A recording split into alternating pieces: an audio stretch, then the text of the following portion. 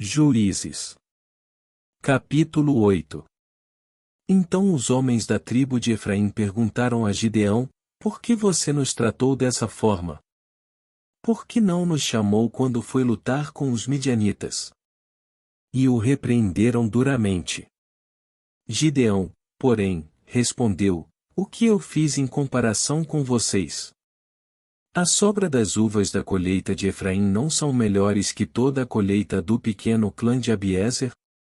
Deus entregou em suas mãos Oreb e Zeeb, os comandantes do exército midianita.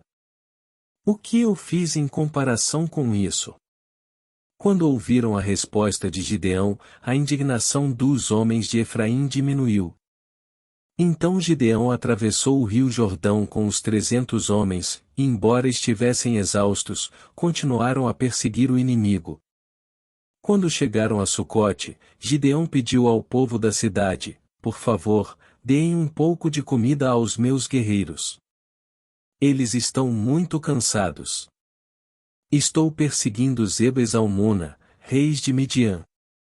Mas os líderes de Sucote responderam: Primeiro capture Zeba e Zalmuna, e então daremos comida ao seu exército. Muito bem, disse Gideão. Depois que o Senhor entregar Zeba e Zalmuna em minhas mãos, voltarei e rasgarei a carne de vocês com espinhos e com espinheiros do deserto.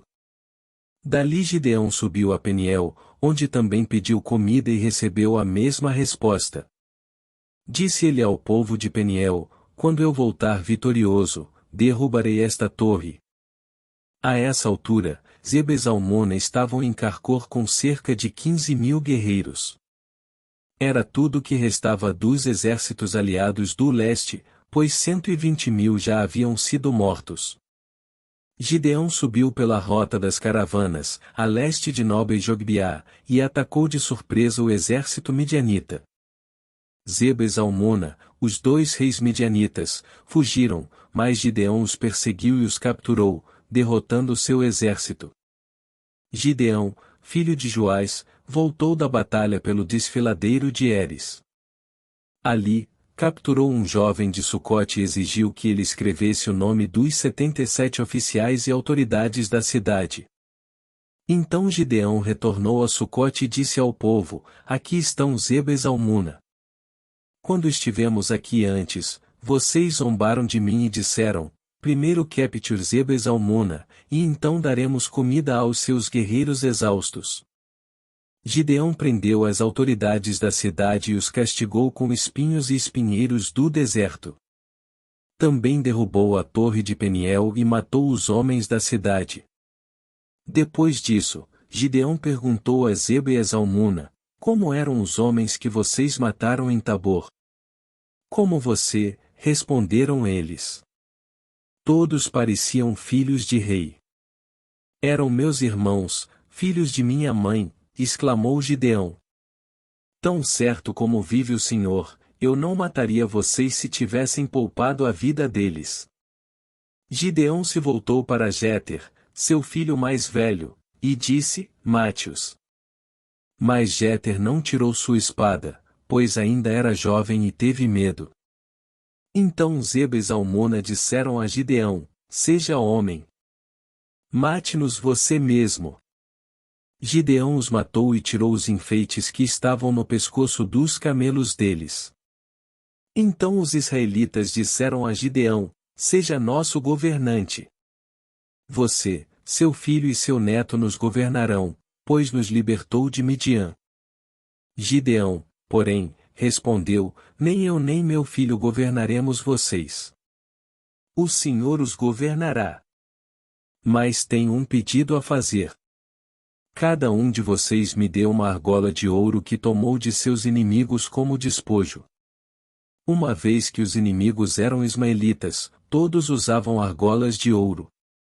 Com todo o prazer, responderam eles. Estenderam uma capa, e cada um jogou ali uma argola de ouro que havia tomado como despojo.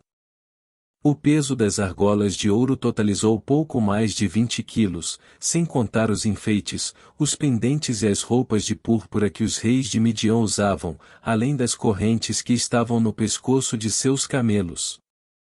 Com esse ouro, Gideão fez um colete sacerdotal e o colocou em Ofra, sua cidade. Todo Israel, porém, se prostituiu, fazendo do colete objeto de adoração, e ele se tornou uma armadilha para Gideão e sua família. Esse é o relato de como os israelitas derrotaram Midian, que nunca se recuperou. Durante 40 anos do restante da vida de Gideão, houve paz na terra. Então Gideão, filho de Joás, voltou para casa. Gerou 70 filhos do sexo masculino, pois teve muitas esposas. Também teve uma concubina em Siquém que deu à luz um filho seu, a quem ele chamou Abimeleque. Gideão, filho de Joás, morreu quando era muito idoso e foi sepultado no túmulo de seu pai, Joás, em Ofra, no território do clã de Abiezer. Logo depois da morte de Gideão, os israelitas se prostituíram, adorando imagens de Baal e fazendo de Baal-Berite seu Deus. Os israelitas se esqueceram do Senhor, seu Deus, que os havia livrado de todos os inimigos em redor. Também não demonstraram lealdade alguma para com a família de Jerubaal, e isto é, Gideão, apesar de todo o bem que ele havia feito a Israel.